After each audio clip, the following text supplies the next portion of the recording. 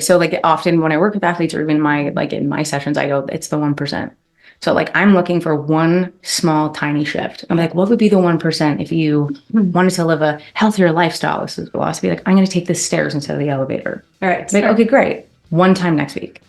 That's 1%. Yeah. So you actually can feel that win. Yeah. Welcome to the Relationship Psychologist Podcast. Tune in every Thursday to learn with us as we interview experts. And laugh with us as we banter about friendship. And take action by implementing the tools and advice we provide to you each week to level up your personal relationships. I'm Dana Mullen. And I'm Alicia Hinger. We are soul sisters, besties, and psychologists on a mission to change the culture of relationships. Your journey to becoming more supported and connected starts right now. Welcome to the podcast. Welcome back to the podcast. Our impromptu podcast today. Amazing. So Alannah is our newest member of the Core Elements team here. Happy to have her here. And if you guys have been following our Instagram pages, you'll have seen us advertising for her and who she is. But do you want to give us a little blurb? Yeah, sure. I am new to the therapy realm, but I've been working in frontline social services type care for about 10 years. So I started off in group homes for at-risk teenagers and young adults, and then moved into a scenario that was a bit like a Ronald McDonald House when I lived in the US for a little bit. Now I'm in Lethbridge. I spent 5 years at Family Center supporting Lethbridge families here. Nice. And now am following my heart and my passion and getting into helping people in therapy. So Nice. Yeah. You've been helping the whole time, but Yeah. in private practice. Yeah, Yes. exactly. Our resident expert in all things parenting and supporting families and all the things. Excellent. Tiny people. And tiny people. Yes. Yeah. Give the tiny people to you. And Yeah. Erin likes the mid-sized teen people. Yes. 12 and up people. Mid-size. Mid-ages. Mid-ages. Not really mid. Yes. Still tiny people to me. Yes. For sure. Okay. And you guys know Erin. So if you don't know Erin, this is Erin. I'm sure you've seen the podcast before. I've talked about her on my podcast and seen her on the website and on the Instagram pages and all the things.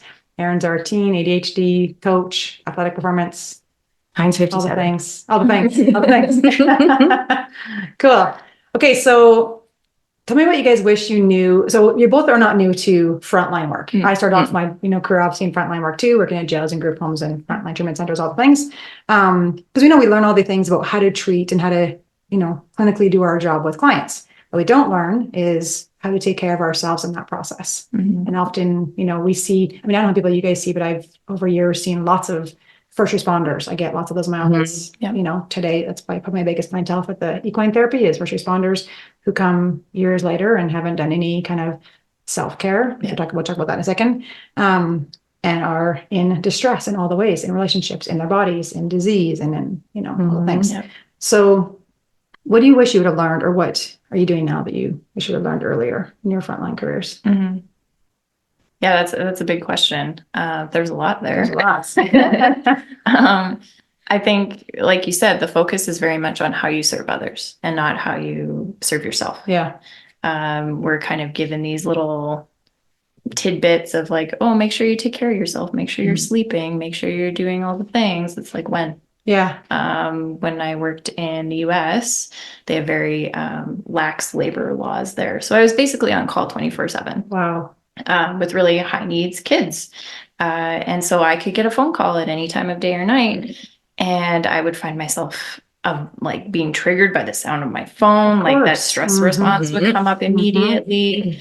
I didn't want to go to work in the morning. Like I would dread waking up, all these things that started happening, and I didn't know how to avoid that. I didn't know how to, I guess, heal myself in that moment when I was trapped in that situation. So yeah, those sorts of things. Yeah. Key words are trapped in situation without a boundary or a labor law boundary of here's when I need to be on and present, and here's when I need to turn off, and self-care. So how do you self-care when you're constantly literally giving all the time? Absolutely. Yeah. Cup has to be empty. Yeah. I think too, like in your academic journey, I don't know if you can relate to this, Alannah, but for me, it was like, I'm now like an expert. Like I need to like know all the things and do all the things. And so you're constantly in this place of like intellectually diving into a place that you can help people. And when you go there, there's no off button, right? There's this like constant movement of like, did I do the right thing? Am I doing the right intervention? What did that say in chapter 7, page 56? And you're trying to pull it up in real time when in all reality, sometimes that stuff isn't accessible in the Yeah, moment of right. feeling that your body feels like it's in crisis. Right? You could be sitting with a client, you're like, oh, I think I should use this. And then it just goes out, it just leaves. And then you hear that like at the end of the night when the broadcast ends, you hear the boom. Yeah, there's nothing there, right? So I think they spend a lot of time like in school. I remember them, they teach you all the interventions. You go through each chapter and all the classes, all the things. And self-care is this like small little 5-minute interlude that they're like, hey, yeah, take care of yourself. Hope you do well. Okay, thanks. Yeah. And then that's it. Yeah. And it's all on you, by the way. Yeah. And I hope you figure that out. In between all your non-days off Yeah, and you're working for sure. 24/7 and yes. And there's had kids in life in there. Yeah, I was gonna say, like, and then there's like extra on top of that. Like, we don't just work. Like, you have kiddos at home, Yep, and yes. you know, I have a wife and a dog and other things that we do, like extracurricular, teams and stuff, right? And like maintaining family relationships and friendships and all that kind of thing. That there's a lot more to that puzzle than just you should meditate for 10 minutes. You know, and that hit me hard. Just in my memory right now. So my son was dating a girl in high school, and they were like not driving, obviously, because I was driving them around. And then in the back of the truck, and she's like, I want to be a psychologist someday. And luckily right now, she actually is in university to be a psychologist years later. But we were in the back of the truck, and I'm thinking, oh, that's so sweet. I'm driving, I'm listening to them talk in the back of the car, back of the truck, they're in the truck with me. And my son was like, that's a terrible idea. And I kind of was just like listening. I'm like, what? And he's like, my mom just works all the time. That's a terrible job. And I paused and was like, is that how you really see me? Like, I'm like, I have the coolest job in the world. And he's like, yeah, but all you do is work. And I'm like, dang, that his perception of me doing, because at home, I'll come home and listen to a podcast or have an audiobook on while I'm making dinner. There's nothing I love information. So I'm always doing stuff. Yeah. So I had to really switch that narrative for him and be like, hey, that's my joy. Like, you guys play video games and you guys watch movies. I actually love podcasts. And I actually love listening to audiobooks. And I actually love, you know, watching YouTube videos on things or reading a book or whatever. That's my joy. So that for me doesn't feel like work. That feels like it gives me energy. Yeah. But he was saying that was being, you know, a terrible, you know, job. So his like idea of like, that's not self-care in his mind, right? And I was like, actually, so for me, it was a teaching moment of like self-care for me, Drew, to my son. That is it. Yeah. Like that self-care for me is not watching a movie. That's like kind of torturous for me. I'm like, you know, pacing, like if I can do laundry, 3 other things, well, you know, this, right? Yes. Or I went to Avatar. I took my stuff while I go to Avatar, and I brought a notebook. They were laughing. I was like, I'm going to take a long movie for you to sit through. And it's really dark. It was really hard, actually. Yes. Yeah. It was an assignment. They were like laughing. I'm like, I told you, movies aren't my thing. I put on a podcast and I can like make dinner and stuff. I'm listening, you know, I might burn the dinner because I'm reading to the podcast. Yeah. But self-care looks different for everybody. Like, what is, you know, what's your self-care? Yeah. And then what's your family's, you know, definition of that? How can they support you in those things? But first, you gotta know what your own is. Yeah. Had to pause and go, is he right? I'm like, no, actually, the things I'm doing at home that he thinks are work, I'm enjoying those things. Yeah. Yeah. And sorry to cut you off there, but, recognizing when you fall into doing certain things that don't actually give you energy. Yes. Because that's something that I've had to figure out. It's like, okay, I default to go and binge watching Netflix or doom scrolling on my phone, but what is it doing for me? Yeah. And I found out that it wasn't doing anything. Yeah. I feel same or better after that activity. Not working for me. Right. It would drown out or sort of the voices in the head about what had happened that day for a while. But as soon as I would turn it off and try to go to bed, then good luck. Right. Yeah. Because they're still Yeah. And we're highly influenced and impacted of like all these shoulds, right? Like, you shouldn't do this or you shouldn't do that. And leaning into, again, like intellectually, you're like, that feels good to me. Like learning all the time or listening to a podcast or watching a YouTube video. That's how my brain just like slows down. I don't think about the clients or patients or whoever I had that day. I'm just in that moment listening or taking in information that feels good. But we have a lot of other narratives that come in really quickly and hard and fast. Bubble bath. I'm like, that doesn't work for me. Yeah. You're like, that sounds like a nightmare. Right? Yeah. Like, or the fact that it's like, oh, maybe Netflix does work. Yeah. Then maybe everybody like, hey, I need like 30 minutes where I'm like watching the worst television that just numbs and melts my brain away for 30 minutes. Yeah. And if I know the capacity of like, again, like you said, what does it do for you? Yeah. And if it's not doing much for you in the essence of like, man, I get up and it's like worse. My brain goes into overdrive that fast. But what are you getting in those 30 minutes? And can you replicate that in a different way that feels healthier or in a more boundaried or, like I say, guardrailed way? Right. So I think creating that space where you actually look inward. Yeah. And sometimes that's hard. And we say that all the time in the profession and make it sound like it's so easy. Yeah. but that little, like, I call them like the little like anxiety gremlin, or your like internal commentary that comes in and like starts chattering at you really quickly, that tells you like, don't sit down, or you should do this, or you could have done that, or why aren't you doing this? You're lazy, that kind of thing. Yeah. That we simplify it when really it's really not that easy sometimes. Absolutely not. And especially when you don't even realize those conversations are happening. Yeah. Because a lot of times they can just happen under the radar and you don't really even know, why do I feel anxious right now? And being able to identify what those conversations that your gremlins are having is half the battle a lot of the time. Yeah. And gremlins being plural. Yeah. Gremlins, right? It's a positive. Okay. So I have all these little gremlins, or parts of self that, exist in my world. And so what are those parts saying? And what do they each need differently from me? My emotions might need the Netflix or the timeout or whatever, or a hug or a warm bath or whatever the thing is. My intellectual part might need this. My relational part might need this. My body might need this. So having a pause and go, I've got lots of gremlins. Let me just pause and listen to all those little gremlins individually and ask individually, how can I take care of you? How can I serve you? Let me listen to you. And the gremlin's anxiety is like, I don't know. I just want to run around and be anxious. Yes, I hear you. And I'm right here.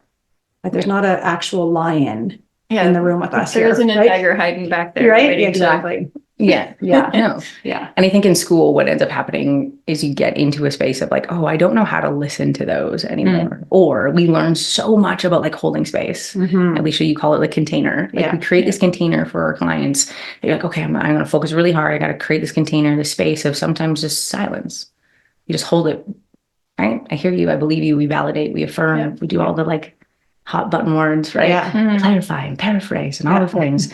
And then to do that for ourselves is one of the hardest things in the world to do. And so turning that narrative for me now, coming out of school, being like, oh, I have to slow down. And like, how do I just hold space for myself that goes, oh, I'm feeling overwhelmed or stressed or tired or whatever the word is. I try not to use anxious because sometimes that just feels different for everybody. So I try to define it more clearly so that I can go and be like, okay, so what do you need? So after I hold that space and going like, oh, I'm feeling this, and just sitting with that for a second.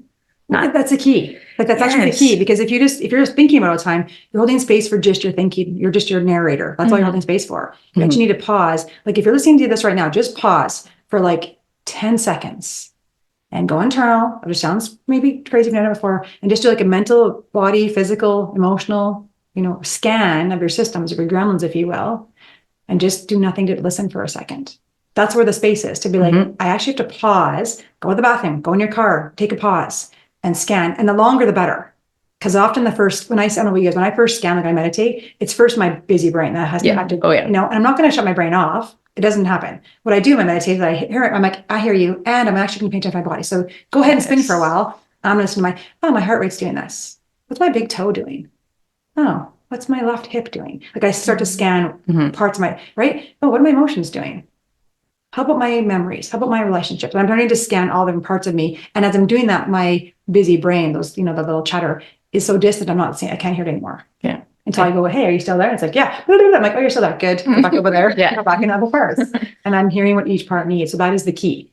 Like you said, being taken that space is such a key for actually knowing what we want. How many times do you ask your clients, okay, what do you need? They're like, I don't even know. Because they're so overwhelmed, so burnt out, so fatigued, all the things, right? Which is just the stress. I think of like, we live in Southern Alberta where it's really windy. I'm the trees, as you guys know, a tree fetish. They mesmerize me. How do the trees not break in the wind? Like it was really windy last week, crazy windy. I was walking. I did a post of like, practice what I preach. I'm walking to the wind. I get to walk to work. And I'm like, helping my face. But our trees don't break, and if they do, they don't forget about it.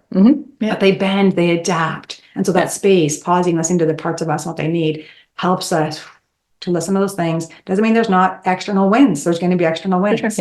Right? But we're building resource and skill and listening and empathy and action, which is compassion for our parts of ourselves, to then be adaptive, which then leads to other parts of our life. We can adapt to, the here and now stress. There's not a lion or a tiger hiding over there, even though my brain tells me there is. Right? And there's a reason for that, a scientific reason for that, which I'll talk about in a second. But if we can do that in real time, we have the skill then to pause. Hopefully, if you practice it's a muscle memory in real time, just like athletics, that when I'm stressed in an environment, I go, oh, hang on, I have this thing I do.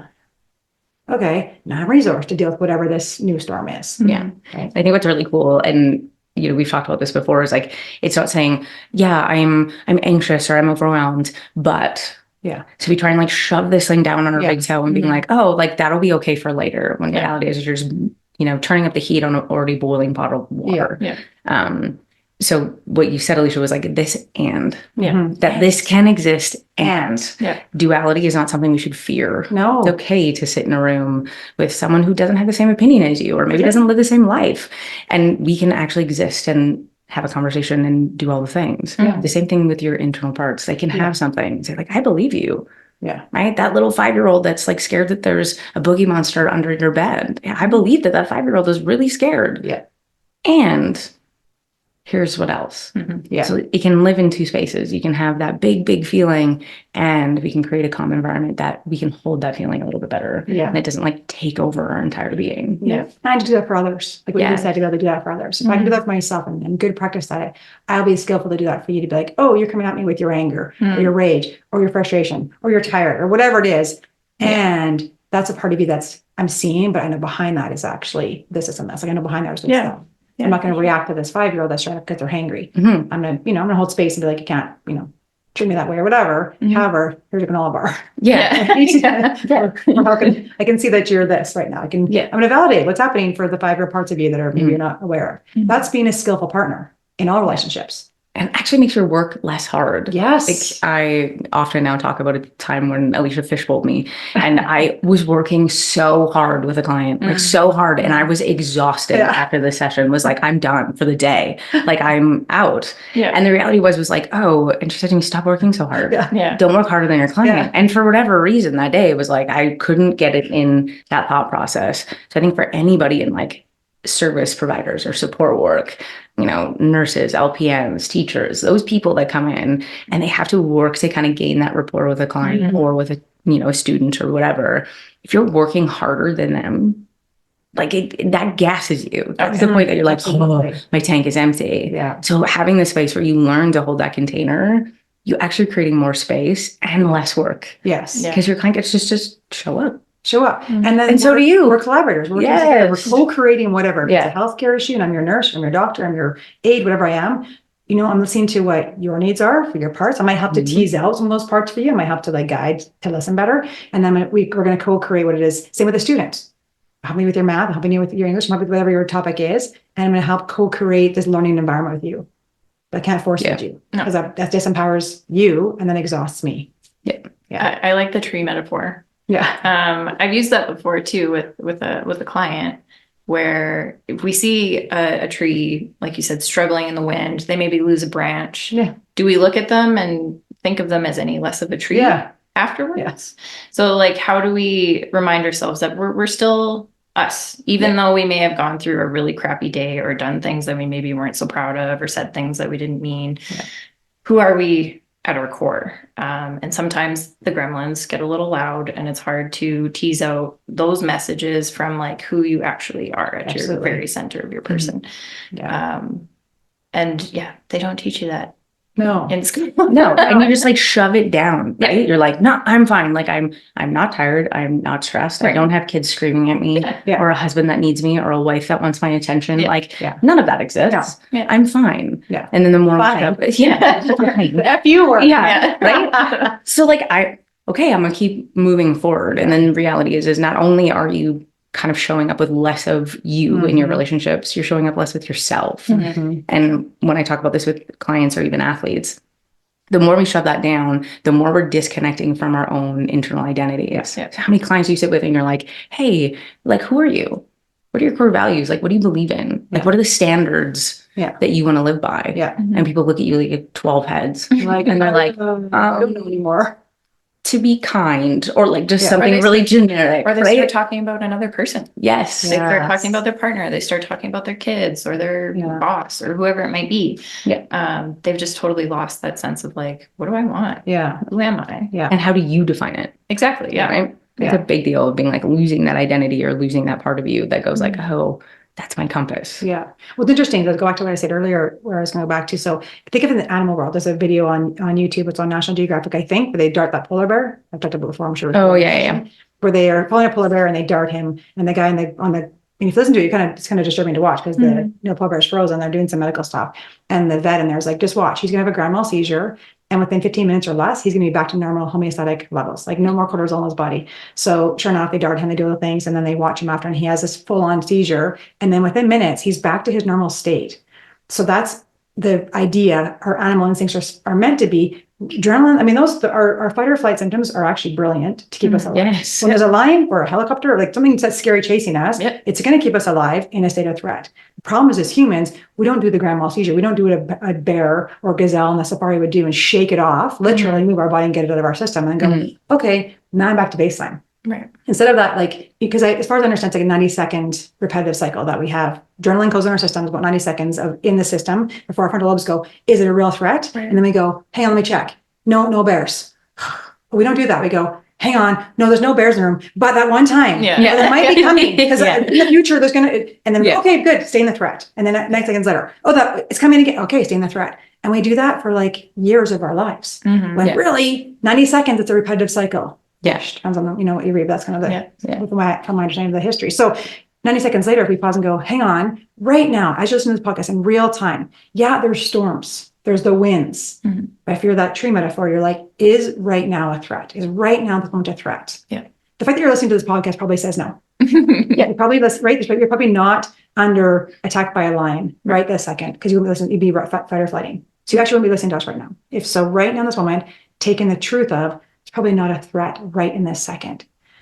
Find peace in there. Find the place to go inside and listen to that and be resourced. That's the point, is to be resourced so that you can go back out and deal with the storm and be the tree that loses a limb and deals with the storms and still lives their strongest, best version of self. Not feedback loop of like, oh, but that one time, or there might be, and then 90 years later, I'm still thinking about that one time. Animals think we're crazy. We've all been in that space where we're trying to sleep and we think about that same thing we did when we were like 12 or something. One time in math class, I didn't get the answer right. It was grade 6. Which animals don't do. Animals don't do. They think we're nuts. They would think, they'd be like, you're not pooping and eating and sleeping normal. 90 seconds later, what's wrong with you? Like, I'm just going to go over here and have a nap. Well, you be you. Right. The other thing I love about the animal world is, would any of us dare to call a lion lazy? Right. But they sleep 20 hours a day. My cats. Yes. So they can get all the things they need to get done in a day in 4 hours, and the rest is just rest. So why do we beat ourselves up when we take 30 minutes to just have a nap on the couch? Why is that part of our dialogue? Well, and we're also kind of entrenched, and I was really guilty for this during school that and I'm busy. I like to be busy. I always have so much on my plate. But the reality is like, oh, if I just pack more in, it'll be better. Right. And you don't actually understand the definition of what you need. What does rest look like to you? Right. So in school, they're like, oh, self-care, do things. You know, take it, go for a walk. And I'm like, that sounds the worst. Like, I don't want to actually do that. Like, I don't want to do those things. I want to have a Sunday where I do nothing, right? Or just kind of clock out, or what does busy actually mean for people? So what busy looks like for you and for Alicia and for myself will all look different. And how do you settle? And then also knowing, where does your boundary lie? So in all those times that you said yes, but you really wanted to say no. And how you're like pulling yourself away from that, your internal self. And then you're mad at them, resenting them, which actually, who's the one that said yes? And then that's been a hard pill to swallow too, is me being a recovering perfectionist. I like to call myself that, because it's definitely not gone, but trying to please everybody else around me, and being in a helping profession, it's really hard not to fall into that. I need to fix things for everybody. I need to do this for everybody. But what do I need for me to be okay? Is something very easy to lose sight of when you're constantly serving other people. And it only gets compounded when you become a parent. For sure. Because as soon as you walk through the door, you can't just check out. No. You've got 2 kids that you've got to be really guilty about it. And you feel shame about that. Exactly. There's the whole cycle, 90 seconds. And there we go. Here we go. And they're overwhelmed too, because they just got home from daycare. They've had a really busy day. They're probably tired and hungry. So everybody is just this perfect storm of like, blah, when you get home. And that just stays for older kids too. My kids are no longer in daycare, but the same thing. You show up and they're like, and you're home. I have all the things to tell you and I share things with you. And you're still a parent when they're, teenagers or adulting, for sure. And the idea of perfectionism, that's those like layers, those things that like stick to us from our early, probably memories, experiences, perceptions, beliefs, all the things, right? Just that if you think about like all the things, if we're born this little like ball of light and love and perfection, all the things that come in, and then we're like, hey, I'm going to cry, signaling distress to the world, come in and take care of me. This is, 101 of attachment systems here. And so ideally that little ball of authenticity is like, I'm pretty worth it. So I'm going to signal distress. My environment should. That's the only word I'd use, should, where it feels good. Come in and take care of my distress. And when it doesn't, I go, well, my environment then sucks, which means I'm not safe. So then I'm going to say, actually, I suck. It's going to be about me first. So what am I going to mold and break and fit in and bend to fit in this environment to get my needs met the way they want me to be met? And so that starts young. And so we lose sense of authenticity young and start doing things like perfectionism or ridicule or all the things, all the layers, that show up as personalities later on or characteristics later on in our life. I'm this way because I learned to morph into that because my environment, which is thick as thick, all the things in our environment taught me that. And so I spend my lifetime now as an adult going, I want to get back to my authentic self. I got to weed through and peel back all those layers, just what people come to us for. It's literally therapy. Literally, that's what we do in therapy. People come to us and go, I know who I am. I'm overwhelmed. I'm burnt out. I'm exhausted. My relationships are sucking. I've got addictions or whatever. I'm failing at my school or at my athletics or whatever, all the things. And it's really a course, finding their path back to their authentic self and also weeding through the layers that got them to disconnect from that in the first place. And you're often so much better at it than you think. Yes. Like how many times I work with an athlete and I'm like, oh, okay, we talk about boundaries or, you guys work with clients that have boundary issues. And you're like, oh, okay, well, do you ever go back into Starbucks and get your coffee fixed if they made it wrong? If you never, or maybe they're like, oh, my steak wasn't cooked well, but I'll send it back. That's okay. So you can be actively in practice of setting a boundary when it doesn't feel so heavy. It's when you get into relationship, it gets really hard. Can't do it with Starbucks. I can't do it with my partner. 100%. So working on those times to so how about just saying, and sometimes it's not just no. And I think boundaries is a hard word, and often I like the word alignment or creating an agreement, this internal agreement of this is what I'm going to do that relies nothing on anybody else. That's just what I'm going to do. So there's no attachment to how Alicia shows up or how Alannah shows up in this interaction. It's going, actually, this is where I'm at.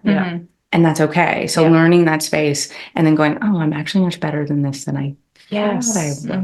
Okay. And it's not this big scary thing, the Vegas lights of boundaries and, you don't want to go in. It's got locked doors and, the big, you don't have to cut everybody out of your life. It's just going, the boundaries I stopped doing work at 7 or I'm always home by 6 or whatever it is. I go to bed at 10:30 every night, whatever it is. It's that's my area that feels good to me. And being able to go there and go, oh, this is really important. And being a student, I learned that hard and fast. And then really slow. It was oh, I really need those things. It's fine. Right? And then you're like, oh boy, I really need to learn that. And it's very tempting as a student too to just delay it. Yes. So you're when I'm done, when I'm graduating, then I'll do all those things. But when you needed it right then. No.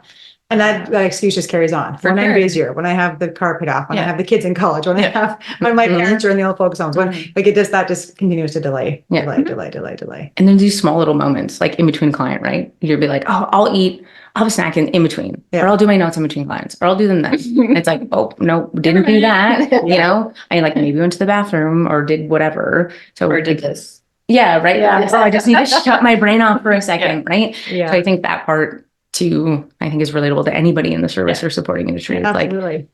If this, then, right? Yeah. If that patient didn't ring the call bell 17 times, I'll be able to go do this. Or why do I always have to go, the guy in bed 3 wants ice chips for the 5th time that he never eats, but I have to go get it. Right. So it's oh, I have all these things to do. And if this would happen, then this would, instead of just saying, oh, actually, sorry, sir, you already have a cup of ice chips. Right. I'm going to go do this first. Or I see you and hear you. Yes. Read you. I'm going to go do this. I'll be right back. Right. So practicing what we preach. So, I preach agreements all day long with couples, right? I'm sure teachers preach agreements all day long with their students of you need to agree to do the math homework or do the reading home, whatever their homework is to get better at this skill. You're athletes. You have to agree to do the things to get better at the thing you want to get better at. And so we don't have this with ourselves. How can we expect anybody else to have them with what we're teaching? You have to hold ourselves accountable. The agreements are the scaffolding, literally, of our discipline, of what we hold ourselves accountable to. They're also I think the safety of, I do these things because I agree to do them because I said I was going to, and it keeps me on track or accountable that I don't veer off. In relationships, I say it's the guardrails for the next shiny object. I do this because I have the long-term goal in mind, my relationship. Right. For self, if your goal is, as an athlete to skate faster, work harder, be stronger, relationships to be made more secure. We create agreements to create more security. We create agreements to be stronger, faster, whatever. So if you want to get faster, you have to do these things to get there, or don't. but you're not going to get the outcome. So having a really clear model of, those agreements. And they're not giant. They're not. No, they don't need They're to not be. big. So like often when I work with athletes or even in my sessions, I go, it's the 1%. So like I'm looking for one small, tiny shift. I'm like, what would be the 1% if you wanted to live a healthier lifestyle? Comes up Right. often. I want to live Mhm. healthier. Okay, so what's the 1%? And they're like, Yeah. I'm going to go to the gym 5 days next week. Like, I'm like, how many did you do last 105%, week? Yeah. So how many did you do last week? I've been there 10 years. Yeah. Right. So it's like, okay, so what would the 1% be? Mhm. Oh, I'm, a classic example that I'm sure anyone who's done like any weight loss be like, I'm going to take the stairs instead of the elevator. All right. Like, okay, great. One time next week.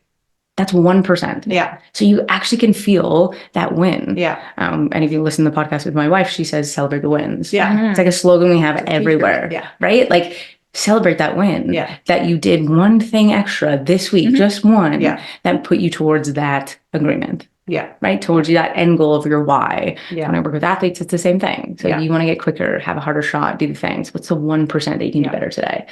Okay, I'm going to shoot one extra puck tomorrow. Okay, Yeah. great. Or you feel that so fast. You feel that so 100%. fast in your relationships with yourself, with others. You're going to feel that 1% of like, oh, I did that thing. I could have, I come home from work and their kids are busy or whatever. And you're like, I'm going to actually just pause and give this kiddo the attention that they need for the next 30 seconds. Yeah. Rather than just wait. And they're getting louder and more disruptive. I'm going to pause and do the thing. I did that thing. And then the next time I'd be like, hang on, it's your brother's turn. Or hang on, I'm going to go to the bathroom first. Or, right? I'm going to pause and go, I actually paused and did my agreement. And my relationships are going to feel that pretty damn quick. Yeah. It's great. They're skillful. Like communication, relationships, the foundations, it's a skill. yeah. And the more you do it, the more you get at it. Yeah. Right? Well, and you skills. start to trust yourself more. And I think that's something that's missing in a lot of people's lives is they just don't trust how they feel. Yeah. They don't trust themselves and who they are. Yeah. I feel overwhelmed. I shouldn't, Yeah. It's fine. Shouldn't. Yeah. I screwed up my coffee order, but I won't take it back in. Yeah. Right? It was probably my fault. I probably I meant, mumbled or yeah, something. yeah, You totally. start making all these Yeah. excuses why it was your fault and nobody else's. Yeah. An example being like my husband and I were having a chat the other night, and at the end of the day, after looking after my little kids all day long, aren't really receptive to like physical affection. Don't want anybody touching me. And I was taking that on and saying like, I shouldn't feel that way. I shouldn't feel that way. But then what that ended up doing is making my husband feel like he was doing something wrong. Because I was all doing this all the time. Yeah. Like every so we finally I don't said, have kids and I can get like, Yeah. I know. if you have a clingy dog, it happens too sometimes. Yes. But yeah, eventually I said, you know what? I need just like 30 minutes to an hour of nobody touching me after the kids go to bed. And then I'm good. Yeah. But And just touched out right this Yeah, second. I've had many touches. I just need to like regroup my body to be just touched out for a minute or two. Yeah. Let me regroup. I'll tell you but what like boundaries trust are. that feeling Yes. inside of you is real. Oh, like what that's you such a need. huge point. That the Yeah. idea of trusting self. Because again, we learn that so young. Yeah. When someone's, how many times has someone said to you and you're like, I just feel touched out. They're like, no, you're fine. Yeah. You're fine. It's Yeah. good. As Give they give grandma you, a hug. if they give you like a Yeah. side hug. Yeah. And you're like, oh, okay. So I believe you, going to believe you just to fit in, to survive this environment. So therefore I'm going to go, okay, so actually my feelings that I had inside were wrong because you're my parent or you're my caregiver, you're my teacher. Yeah. You're right. I'm wrong. So therefore I don't trust myself. Like that's so intrinsic in the webbing of our personalities, of our experiences of self, of ourself, esteem, self-worth, all the things about self. It's so webbed in there. Yeah. And what a beautiful example of just being like, so I'm a slogan lady, apparently. Your wife. Clear. Yeah, literally. Yeah. Clear is kind. Yes. So another thing that comes with boundaries is like, oh, but if I set them, like I'm not a kind person. Like I'm a jerk. They're going to hate me. All these things, the hamster wheel goes again. But it's like, actually you being clear and being like, hey, I'm touched out. Yeah. If that's all you said, how beautiful is that? And he goes like, oh, then he can like open the container for you and go like, oh, I can meet you there. Instead of being like, stop touching me. Stop touching me. Yeah. And he's like, what am I doing wrong? Then you're just creating this huge divide. Yes. This thing in the middle that would be so With his little hamster wheel going like, about it. Yeah. she's not attracted to me. She's Exactly. mad at For me. sure. I didn't do Behavior, this I'm gonna right. divorce, I'm going to be broke. Yeah. Yes. Yes. Shitsville. Shitsville's happening. Yes. Right. Right. It's like those scenes in movies where you're like, can you guys just talk to each other? Yes. Because there's Can we always just this be thing. clear? Yes. Yeah. Just So be clear. when we have that clarity, for me, it's like, oh, that actually is more kind. Yeah. Because then you don't have two weird people Yeah. trying to operate in space together that aren't willing to talk to one another. So Yeah. apparently in the matter of 30 minutes, we created telepathy between each other. We Yeah. said no. Yeah. Same thing as like, I want you to want to empty the dishwasher. I want you to want to do laundry. Nobody Well, wants to do Yeah. that. But you didn't know that I even touched out. Yeah. I have no idea. But I have no clue. So if Yes. I'm just clear being like, hey, I could really use some help with the dishes. Yeah. Oh, okay.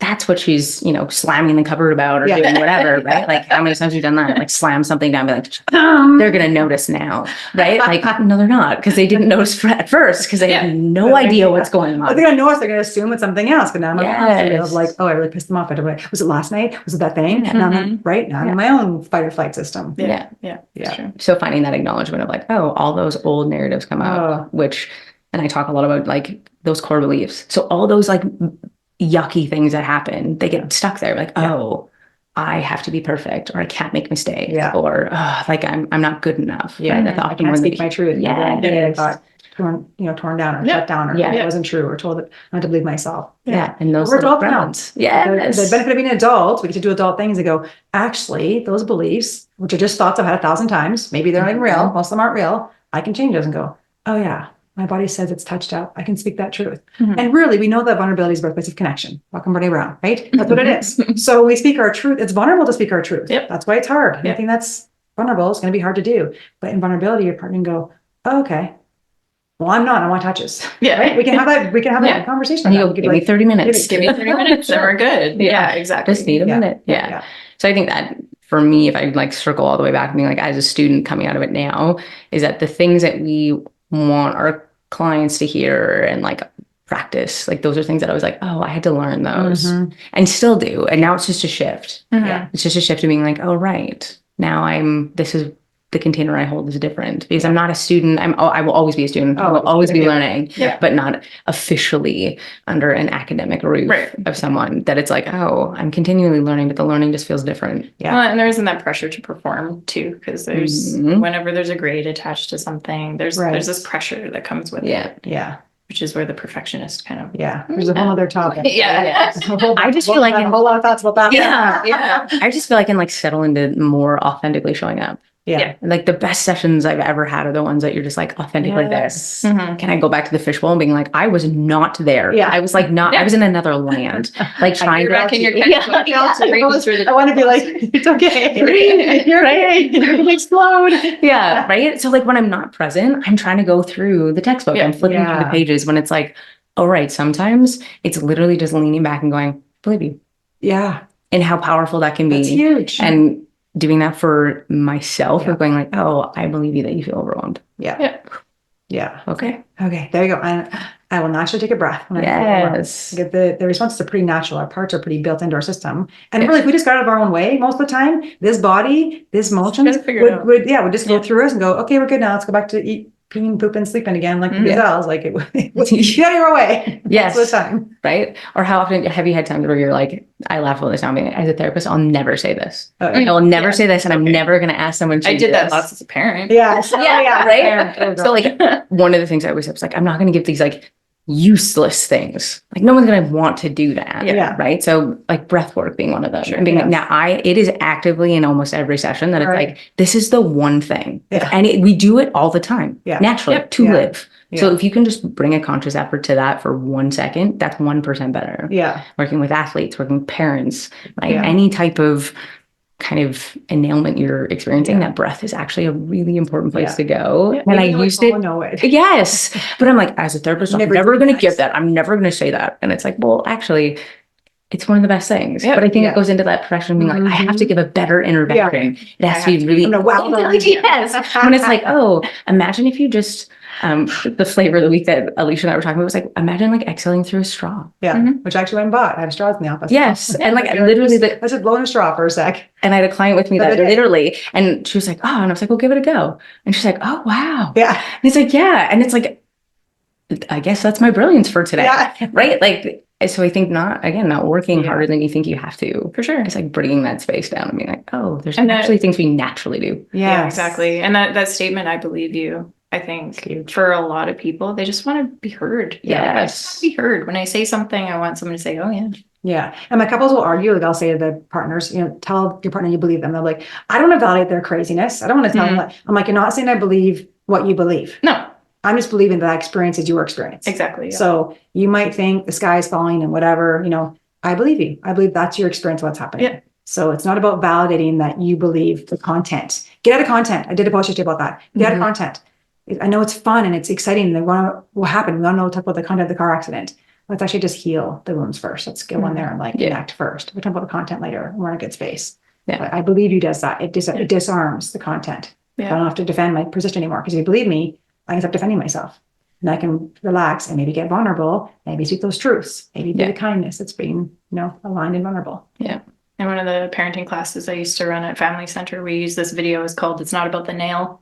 And it's this woman and she's sitting, she's talking to her husband. She's got this nail coming out of her head. I've seen that. And the husband's like, just but scary. take it out. So his headache and just go away. He's like, yeah. So in the helping professions, a lot of the time it's very tempted to focus on the nail. Like, well, what if we do this and this and this? We'll fix your problem. When all they want you to know and to hear is like, it hurts. I hear that. Yeah. Yeah. Right. Yeah. She's like, yes, thank you. Yeah. And then you'll be like, so what about do you want my advice after? They're like, good question. Ask right? Parents probably the same thing as with your kids. I'll listen. It's actually my best friend doing once with my daughter recently had been that where she just needs to vent about stuff. And I'm like, yeah. I want to say the thing, but I don't say the thing. And then after she's like, thanks, mom. And I'm like, you're welcome. That was really hard. Yeah. I just don't have to listen in the car and not say anything back. And then after I'm like, do you want my advice? She's like, no. I'm like, okay. Yeah. But yeah, because connection happens. And so I'm empowering her to fall off her bike a few times and learn her own stuff. And if they want advice, they're going to ask us. Yep. Most of them, they don't want advice. Most of them, they want to just be listened to and heard and believed. Yeah. Wow. How easy is that? Yeah. Hard. So simple. And I think too, for now being in practice, sometimes people just want something tangible, something easy that's like easy to walk away with. Because in these four walls, we can spitfire and do lots of things. And as you leave, being like, I want you to write a letter to yourself and I want you to do all these things which are therapeutically so powerful. And we really hope that you do them. And then usually 95% of the time you don't, which is fine. You thought about it, which is a win. The 1%. But for me, giving something for clients that go, hey, just give this a go next time. Try this. Will that, and does that land for you? And is it sustainable? Right? Like, well, is that something you can actually do? Is that something you can put into your practice today? Like, let's try it right now. See how it feels. Yes. You can do that with that person tomorrow. You can do that with your coach tonight. Can you let me know how that goes? One thing.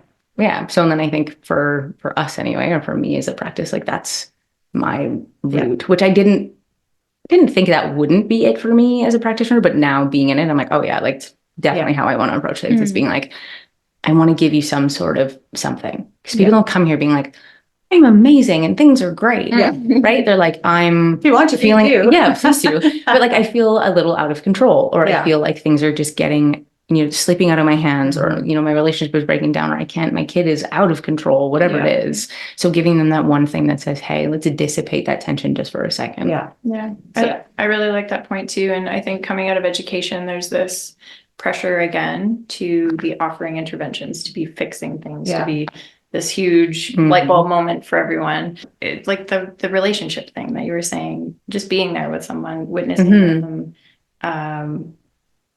staying in the same place. I'm not taking your stuff on. You're not taking my stuff on. We're putting it out on the table and saying, there it is. Look at that thing. Yeah. Maybe to stay there. I think, when I did my equine training for therapy, that's what I went in. Again, this is like 20 years into my practice. It wasn't like a new therapist, but I still went in with that mentality. And my teacher, Sue, if you're listening, McIntosh, she's brilliant, right? She was like, I kept saying, so like, when do I get the manual? Like, when do I get the thing? Like, when do you do it? And she was like, there's no thing to do. And I'm like, yeah, but now we have horses in them. Like, now we're doing therapy with horses. So like, this is the real thing. What do we do? Like, she's like, you do your thing. And I was like, you always do. And I'm like, yeah, but there's a horse here. Like, I need to know, like, how I bring them in. Like, what's the intervention? What's the trick with the horse, with the bucket or the food or the thing? Yes. And she kept saying, there's no thing. And and this was like 2 years of training. And it took me probably till like 18 months in to go, oh, there's no. So one time I'll tell you a quick story. One time we were doing a session, and I had this is a bad parenting moment. I'm going to share a bad parenting story, but in the morning, my kids are with grandma, and I think they're grandma. Yeah, must have been Saturday, Sunday, or whatever. And my son's like on the phone crunching, and I'm like, and I have a food thing. I'm like, what do you eat? He's like, Captain Crunch. I was like, oh my God. I'm like, that's poison. He's like, oh, mama. And I was like, you just wait till I get home. I'm going to feed your cat the poison and see how you feel about watching someone that you love eat poison. And that was her. And he was like, Mom, I'm not going to die from Captain Crunch. And I was like, I'll see you when I get home. But I was so like mad. So Captain Crunch. Followed by calling grandma and being like, Right. what are you doing? I said, no, Captain Crunch. Yeah. He has greens in the morning, avocado. Yeah. So anyway, so I go to, so I leave my little VRBO, go to my class, and I'm walking with this horse, and we're supposed to like walk back to the barn and do this thing we're gonna do, and the horse keeps like winning and then up on all and then its hind legs, like acting really extreme. Yeah. And then I would go over to like pet it, and it's like doing this thing with its eye, it's winking its eye, and I was like, dang, something's like, what's wrong with the horse? Yeah. So I finally walk into the barn, and I'm with this other girl, another Sue, two Sues in my class. And I convinced my colleague Sue, I'm like, I think something's wrong with this horse. And she's like, yeah, it's acting like, and we've been there all week. So I'm like, it doesn't do that. It's a really calm horse. I'm like, it's acting really weird. And of course, my teacher Sue walks over and she was like, well, what do you got going on in your body? I'm like, nothing. Fine. Yeah. It's all good. She's like, take the horse for a walk and tell me what happened this morning. And I was like, no. She's like, no, go do it. So I was like, So I take this horse and I'm like, nothing's wrong with me. I'm fine. All I was doing was having the Captain Crunch with my son and I'm like talking to the horse, like it's it's venting to the horse, and the horse calms down and starts to eat and takes a big poop. And I was like, holy crap. Really? Really? That's the intervention. Damn it. Right? It's just like having those moments where I'm like, what's the thing? And you're like, there is no thing sometimes. It's just pausing. I know it's what's in your body in real time. And we just got to create that space. Yeah. Horses do that naturally because they'll start to twitch and like they're like, you got stuff in your body. If you could take care of that, would be really great. Yeah, thank you. Yeah. Yeah. And when I did, I was like, oh, I came back and I was like, yeah, it was me. She was like, I know. Yeah. And I remembered my point that I was trying to make was we put so much pressure on ourselves to be everything to everyone. Yeah. Yeah. We take that pressure and we put it on the other people around us. So they feel it too. Oh, yeah. So like, you go into a doctor's office and they give you this laundry list of all these things you got to do. Now you've given that to that person, that pressure, like I have to do all these things or I'm not good enough. Yes. So you're just passing this garbage around to everybody all the time, which sucks. Yeah. Right. And I walk around with a bag of the garbage and we're like, why you look so pressured? Why are you hunched over like that? And you're like, well, take the garbage off. Yeah. And it's not as easy as a process as we make it. Yes. Obviously, right? Like everybody, you got your junk and you have the stuff that show up. But when you work with people, when you're in the helping profession and when you want to show up, this idea that like, if I don't do it, I don't do the right intervention, like our brain goes, and I don't know if you guys feel this, but like, oh, if I do the wrong thing, like they're dead. Yeah. Like I go like Shitsville quickly. Yeah. It's an atomic bomb that just drops down and I go like, oh, I'm the worst. Yeah. So having yourself take that pressure off, being like, actually, what's true? Yeah. Right. So I think like a nurse being like, oh, you're checking blood pressure. You're not listening to the other call bell. It's like, oh, something terrible going to happen. Yeah. Sometimes you're probably not wrong. I believe you that terrible things have happened when you've missed that call or when you didn't do something particular. But how do you slow yourself down enough to go, how can I prioritize the tasks that I actually need to do? Yeah. Right. And if things are outside of my scope or if I can't remember something, it doesn't make me a bad practitioner, clinician, teacher. It doesn't make me bad. It just means there's probably someone that has that really good skill. Yeah. Right. And I think for me, that's a big one. Going into practice and being like, oh, I don't have to know all the things. No. Right. I don't have to be really good with small kids. Yeah. I could force myself to sit with a small child and be like, I'm so good at this. And the kid's like, right? Like, like you're horse, the Captain Crunch horse. Right? Like, I don't like cat. But I can sit and chill with a 15-year-old kid and we can, shoot the shit and be able to move through things. Yeah. So find what you're good at. What is your mind? Both of you guys say that. Like, find what you're good at. What are your strengths? And staying, and then master that. Yes. I spend 10,000 hours mastering the thing that you're good at, mastering the thing that you're good at. Right? I don't work with little kids either. I work with couples. That's my jam. Relationships. Right? I get some trauma because of the horses and teens, kids, parents. Like we know our lanes and what we're mastering here. Which is why people, I think too, like the benefit of plugging us is, why you work with a therapist or a coach if you want. I mean, therapy is different than coaching, obviously, but it's accountability and it's a structured environment where you have somebody else that masters in that specific skill that you're looking for. So if you're looking for someone to guide you, find the person that has that skill set. You don't want a general therapist. You don't go to a GP when you need heart surgery. Right? You go to a heart specialist when you need heart surgery. And the benefit about finding a therapist is that you get to choose. Doctor, maybe you don't have that much choice because there's not very many of them out there accepting patients or whatever, but you really get to choose who sits well with you, who speaks the same language as you, Because that's a really important fit that you need to find as Yeah. well. Who has the skills, who has expertise, who has the Yep. credentials, who's ethically practicing, who has the insurance. I mean, there's lots of stuff I would Yeah. Oh, yeah. encourage There's looking for tons. those things for sure. But Yep. right, if you're listening, you can reach out to one of us for a free consult, then you can, pick our brains that way too, for sure. So And knowing that there's like tangible ways of like understanding that. Yeah. And it doesn't have to fit, even for us, being like, No. oh, this isn't like me with the young kids. Okay, that doesn't work. Yeah. And that's okay. I know some people in the community, they're really good. Yes. I'm gonna refer you to someone. I'll Like, refer yeah, you. I have a colleague that does that specialty. Yeah. Absolutely. And it's not us firing you. No. I think that also We're still comes to think like supporting you. we're still supporting you. Like, I'm not gonna let you walk out the door without something in hand. Yeah. Or Yeah. again, my biggest thing is integrity. It's Yeah. a value that I carry really high. So if I'm sitting in front of you and I don't believe that I have the skill, I will either say, hey, I gotta talk to my supervisor, get some more about this. I'm gonna find some more resources. Are you willing to kind of like ride the wave with me on this? Mhm. Or, Yeah. hey, I don't know if I have the expertise here, but I have a colleague who's brilliant. Yeah. I think Yeah. it'll be better. Yeah. That's my kind of like ethical compass as That's absolutely right. As just as a human, Yeah. really is like, I don't want to kind of BS you through something No. that feels really vulnerable and really sticky. Yeah. Because I wouldn't want that. No, exactly. Right. Yeah. Then I won't trust you. Yes. Yeah. And nor should I. That was another thing I wish I would have gotten from education was how to say, I don't know. I Yeah. thought about that earlier. I was going to say that and being like, I don't know is an answer. Yeah, Mhm. it is for sure. And that's okay. Yeah. How could we know everything? No. Yeah. And I can find out, or I can ask, or I Yeah. can refer you. There's ways to know different. I don't know in this moment. Give me a hot second. I'll figure it out. Yeah. Yeah. And even like internally, I'm like, hey, like, what are you feeling in your senses or in your body? And you're Oh, like, I don't know. Feel I'm that like, all the time. okay, I'm not cool. good at that. Let's like ask some different questions, Yeah. right? Like you dig further. Yeah. Like Let me pay attention. clarifying and paraphrasing and reflecting and all the things you're like, Yeah. it's like actually it looks a lot different. Yeah. At times in your sessions, they don't look the same. No. And you have to ask yourself those questions too. Yeah. Right? Like clients sharing something and I can like feel myself be like, Exactly. what? You're like, well, I Like, don't know oh. either, but my guts are doing this. Is yours? Okay. Yeah. Like having to like relax or like your hands get sweaty and like, so you get a little bit more introspective of being like, oh, Yeah. I'm actually impacted by other people. Yeah. I wonder how I impact others too. Absolutely. Right. Yeah. Kind of turns a dial a little bit, which I think is cool and scary. All Yeah. at the same time. Yeah. I mean, I don't know is right in there with making mistakes because you're going to. Yeah. It just happens. Yeah. So how do you not only repair with the person that, like your client, for example, but how do you repair with yourself after you make a mistake? Because that's something that I'm still learning. Yeah. Gotten way better at, but it's hard. Yeah. Because they're so precious. They're so Mhm. important. It's like the most important job. Yeah. And so we hold ourselves to such a high standard, right? But how do we get better at anything? Right? You make mistakes. Yeah. You don't learn by succeeding. You learn by failing, which is not even a real thing. There's not such a failure. You learn by after having to redo stuff. Mhm. That's how you learn stuff. I had a coach mentor one time use the slogan fail forward. Yeah. It's great.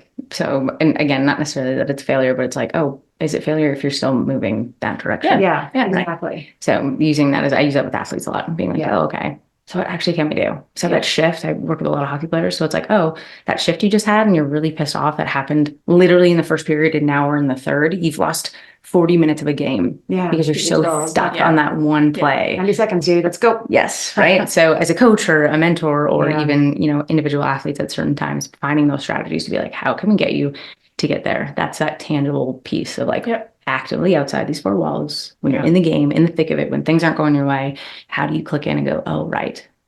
Take a breath, reload, do whatever, right? Yeah. That space of like, right, I can get into it again.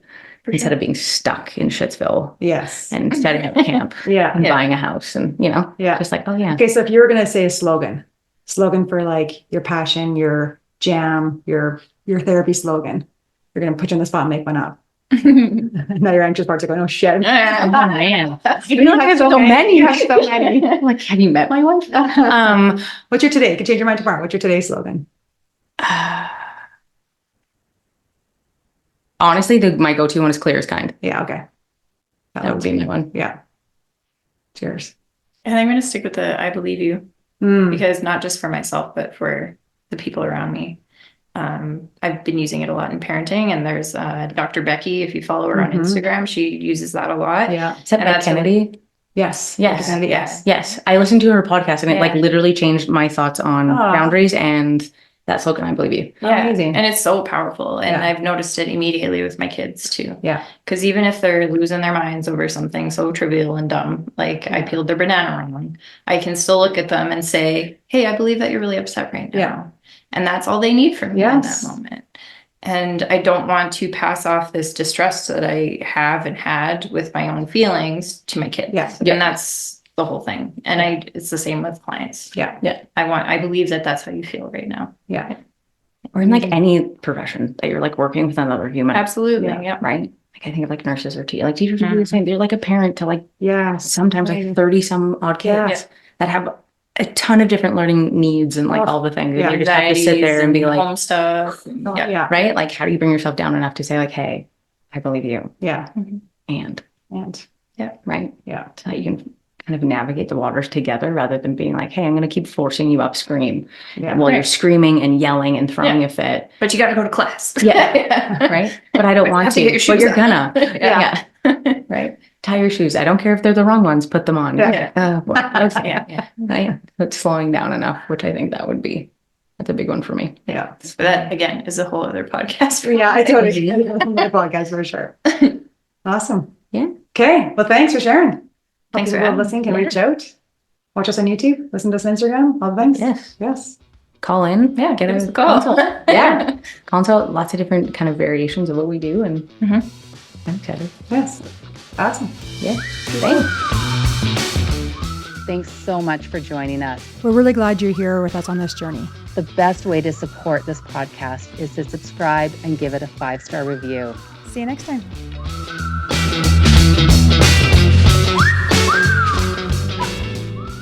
This has been a Bread Dog Studios production.